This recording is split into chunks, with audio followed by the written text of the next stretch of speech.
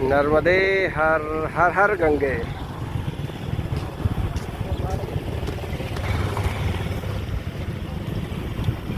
ये देखिए गंगा जी का विकराल रूप तो अभी नहीं कहेंगे, लेकिन हाँ फिर भी देखिए जानवर वगैरह बीच में फंसे हुए हैं। ये आप देख सकते हैं कि अंदर गाय वगैरह भी है, बंधी हुई है इसमें। ये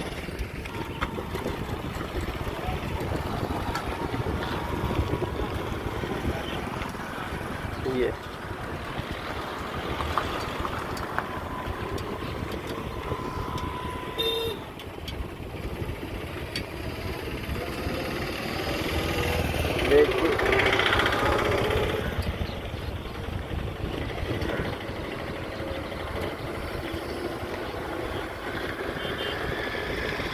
इस समय हम हैं पांचाल घाट पर। पांचाल घाट अर्थात फर्रुखाबाद।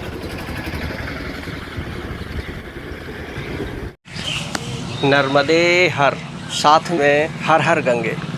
देखिए अभी हम हैं पांचाल घाट पे, जनपद फर्रुखाबाद में, उत्तर प्रदेश। तो ये पीछे आप देख रहे हैं गंगा जी का स्वरूप इस समय। और यहीं पर एक आश्रम है, श्री दुर्वासा आश्रम। तो ये देखिए ये है सामने श्री दुर्वासा आश्रम, पांचाल घाट। तो आइए चलते हैं आश्रम के अंदर और थोड़ा सा देखते हैं आश्रम का स्वरूप। और जहाँ तक कि जैसे कि इधर पीछे भी गंगा जी, और हमें आश्रम में भी कुछ शायद जल दिखाई दे रहा है, हमारे कैमरे में शायद आ रहा हो। तो पहले तो आश्रम की भव्यता देखते हैं और यहाँ जो भी महाराज हैं तो उन महाराज जी से मिलते हैं और जानते हैं इस घाट के बारे में और इस आश्रम के बारे में कि दुर्वासा जी के नाम से ये आश्रम है। क्या दुर्वासा ऋषि यहाँ पर आए थे या दुर्वासा ऋषि का यहाँ पर कुछ है मतलब। तो ये आई देखिए आश्रम में जैसे ही घुसते हैं वही विशाल पीपल का वृक्ष और उसी में ये मंदिर। और ये पहले तो मैं देख लेता हूँ, अब मैं आपको पहले इधर से दिखाता हूँ। ये तो यज्ञशाला है और यहाँ पर ये इधर ये गौशाला लग रही है। तो गौवंश, हाँ कुछ गौशाला भी है। ये तो यहाँ पानी भरा हुआ है ना पूरी। अरे वाह, ये गंगा जी यहाँ भी आ गई हैं गौशाला में भी। ये कितना गौवंश है भैया? गाय कितनी है यहाँ? गाय यही छोटी बकरी लगा कितनी? 60 गाय हैं। काफ़ी बड़ी गौशाला है इसका मतलब। छोटे मोटे बच्चे, अच्छा बच्चे अच्छे सब मिला के पूरा गौवंश 60 का है। देखिए 60 गौवंश है, लेकिन अभी गंगा जी का जलस्तर इतना बढ़ा हुआ है कि सभी अस्त व्यस्त हैं। तो अभी शायद हम पूरा आश्रम तो नहीं घूम पाएंगे और उसका कारण है कि लगभग आधे से अधिक आश्रम तो शायद जलमग्न है। ये देखिए इधर, ये देखिए ये पूज्य गुरु जी जो यहाँ पहले थे, ये उनका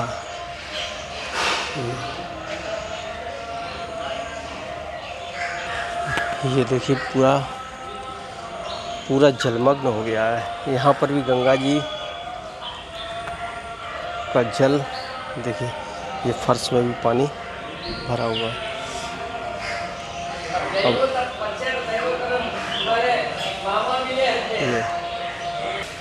आइए चलते हैं, इधर महाराज जी की कुटिया है तो चलते हैं महाराज जी के पास और कुछ इस आश्रम के बारे में जानते हैं। देखते इधर भी देखिए पानी ही पानी है, पूरा गंगा मैया चारों तरफ, इधर भी है इधर भी है, बीच में आश्रम है। बताते हैं जल स्तर यहाँ बढ़ता ज़रूर है।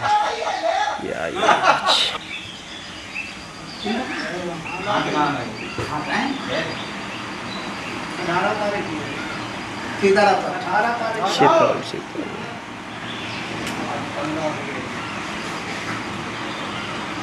हाँ जी प्रणाम गुरु जी, अपना शुभ नाम। हमारे राम का नाम संतों के द्वारा दिया हुआ ईश्वरदास।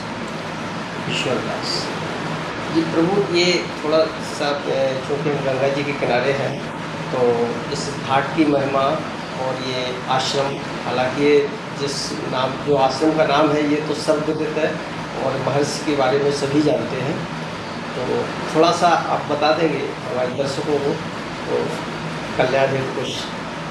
ये परम पावन माँ भागीरथी गंगा का तट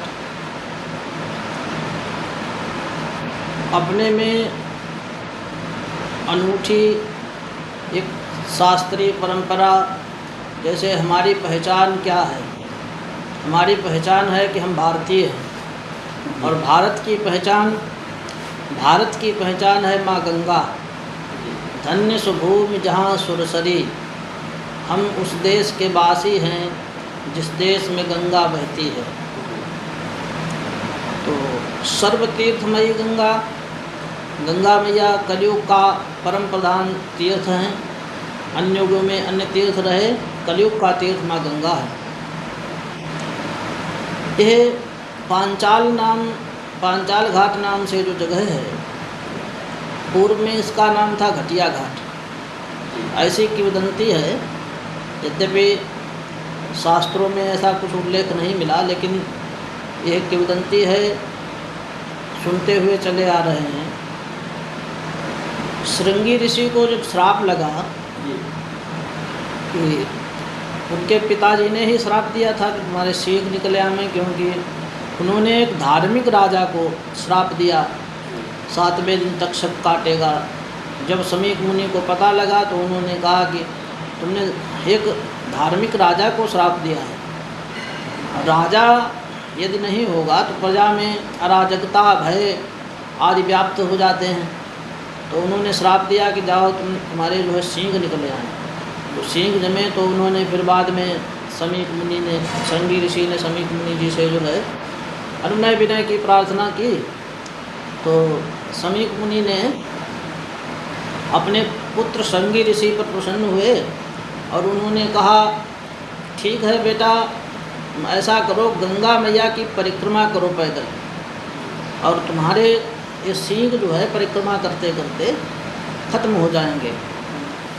तो ऐसा बताते हैं पूर्वज कि इस जगह पर गंगा परिक्रमा करते करते जब आए श्रृंगी ऋषि, तो यहाँ उनके सींग कुछ घटे। अच्छा। तो सींगों के घटने की वजह से इस जगह का नाम हो गया था घटिया घाट। घटिया। आगे चल कर के श्रृंगी रामपुर है, जहाँ पहुँचते पहुँचते श्रृंगी ऋषि जी के जो सींग थे दोनों एकदम वो सींग खत्म हो गए, नष्ट हो गए। अच्छा। वो जो श्राप था वो वरदान में परिणित हो गया। वहीं पर श्रृंगी ऋषि बैठ गए, अपनी साधना करने लगे। वहाँ पर श्रृंगी रामपुर में समाधि बनी है। इस प्रकार से प्राचीन किंवदंती चली आ रही है। अच्छा। और यहाँ पर नाम घटिया घाट था। हाँ, यहाँ पर हमारे पूज्य अनंत श्री विभूषित श्री भगवत दास श्री दुर्वासा जी महाराज, जो आप पीछे प्रतिमा देख रहे होंगे, ये हमारे दादा गुरु सैकड़ों वर्ष पूर्व यहाँ पर जंगल था, उस जंगल में बैठ गए, आजीवन खुले में रहे, आकाश के नीचे रहे। और ऐसा देखने वाले आज भी लोग हैं कि 2 फुट की दूरी पर बारिश हो रही है, बैठे हुए व्यक्ति खूब भीग रहे हैं। महाराज जी के ऊपर बारिश नहीं होती थी। अच्छा।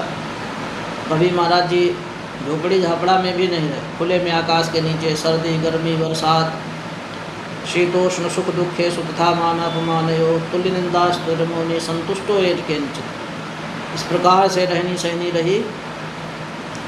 धीरे धीरे समय का परिवर्तन हुआ, यहाँ विकास हो गया। अब तो चारों तरफ यहाँ पे विकास ही है, खूब मेला लगता है। माघ में मेला लगता है, प्रत्येक पूर्णिमा को मेला लगता है। एक पावन धरा गंगा मैया की। तो प्रभु इसका पांचाल घाट नाम कब से हुआ?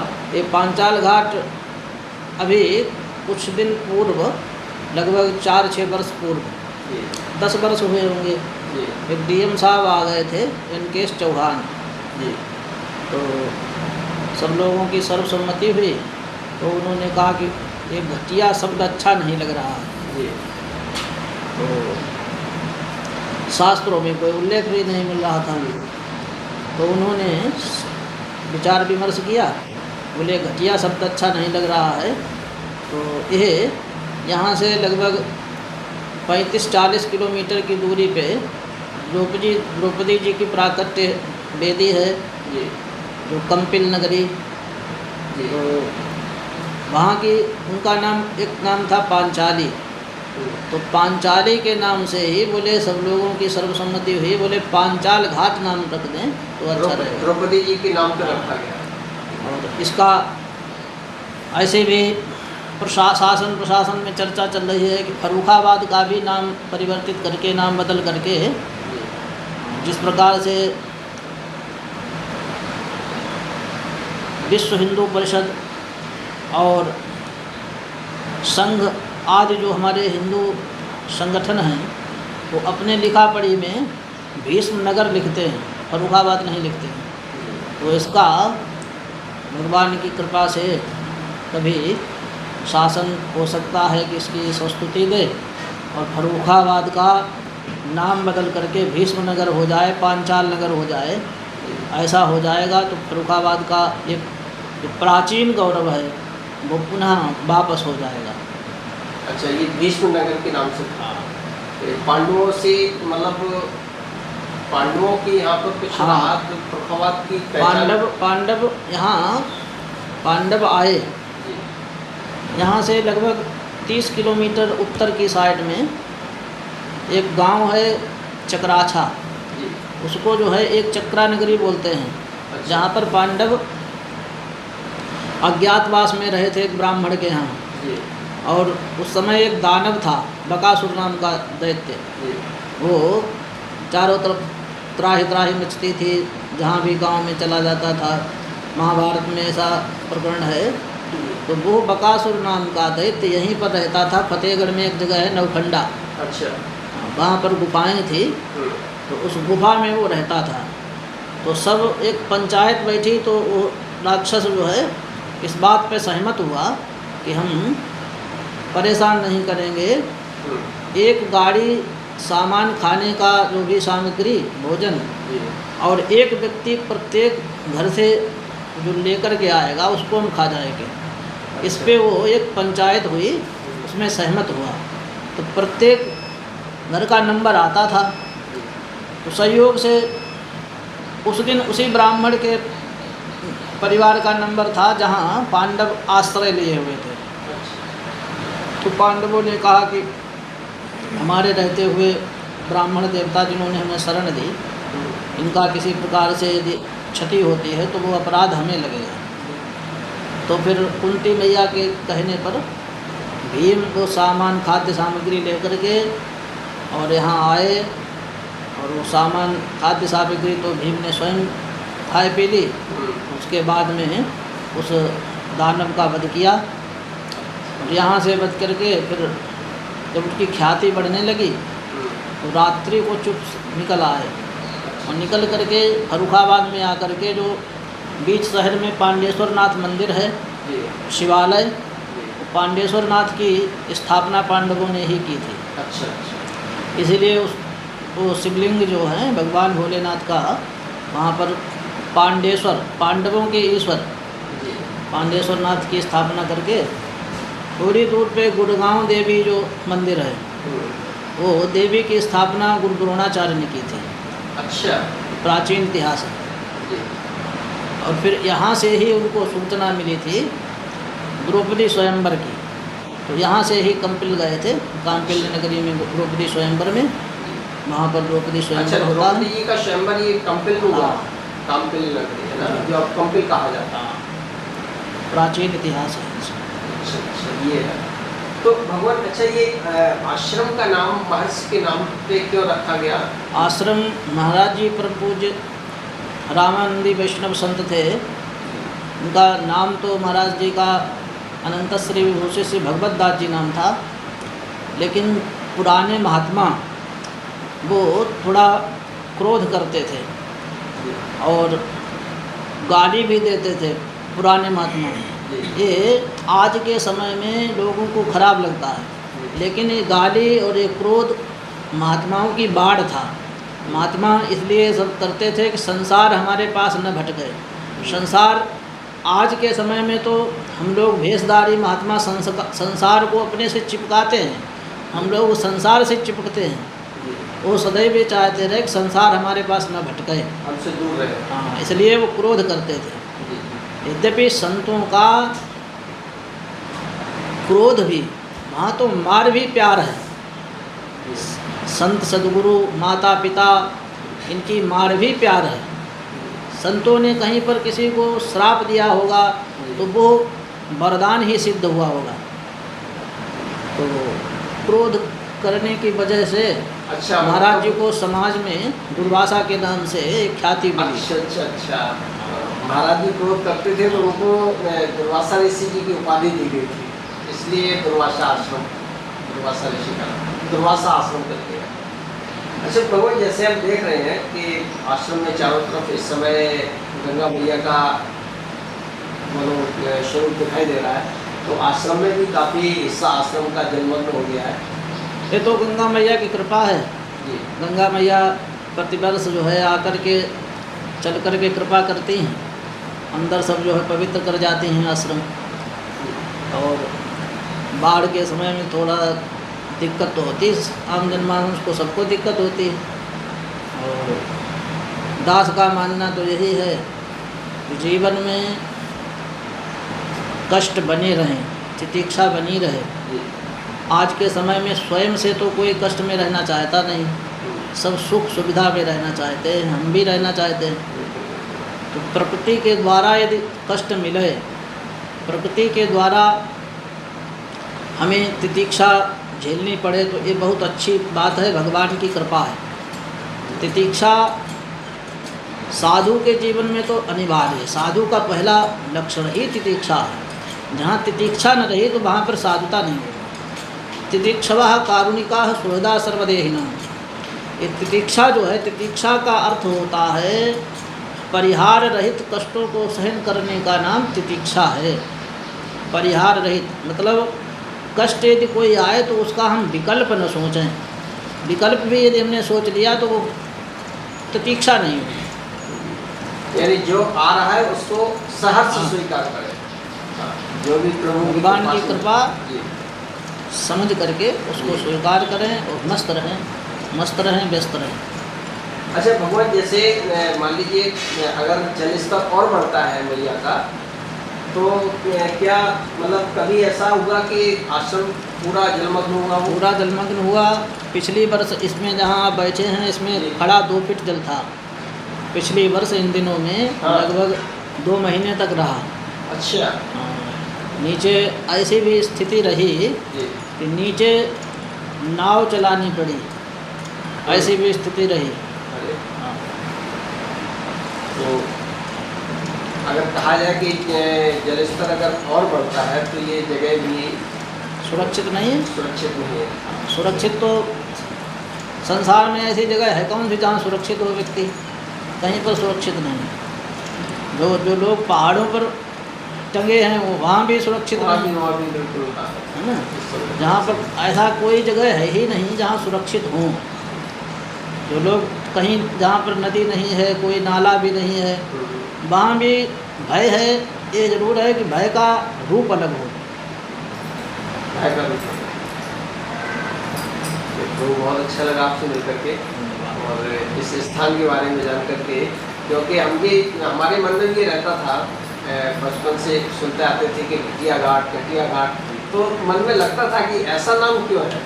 तो लेकिन आज उसकी महिमा जान करके लगा कि वो नाम बिल्कुल अच्छा था, मतलब अच्छा लगने लगा वो नाम। चलिए, जय श्री राम। श्री श्री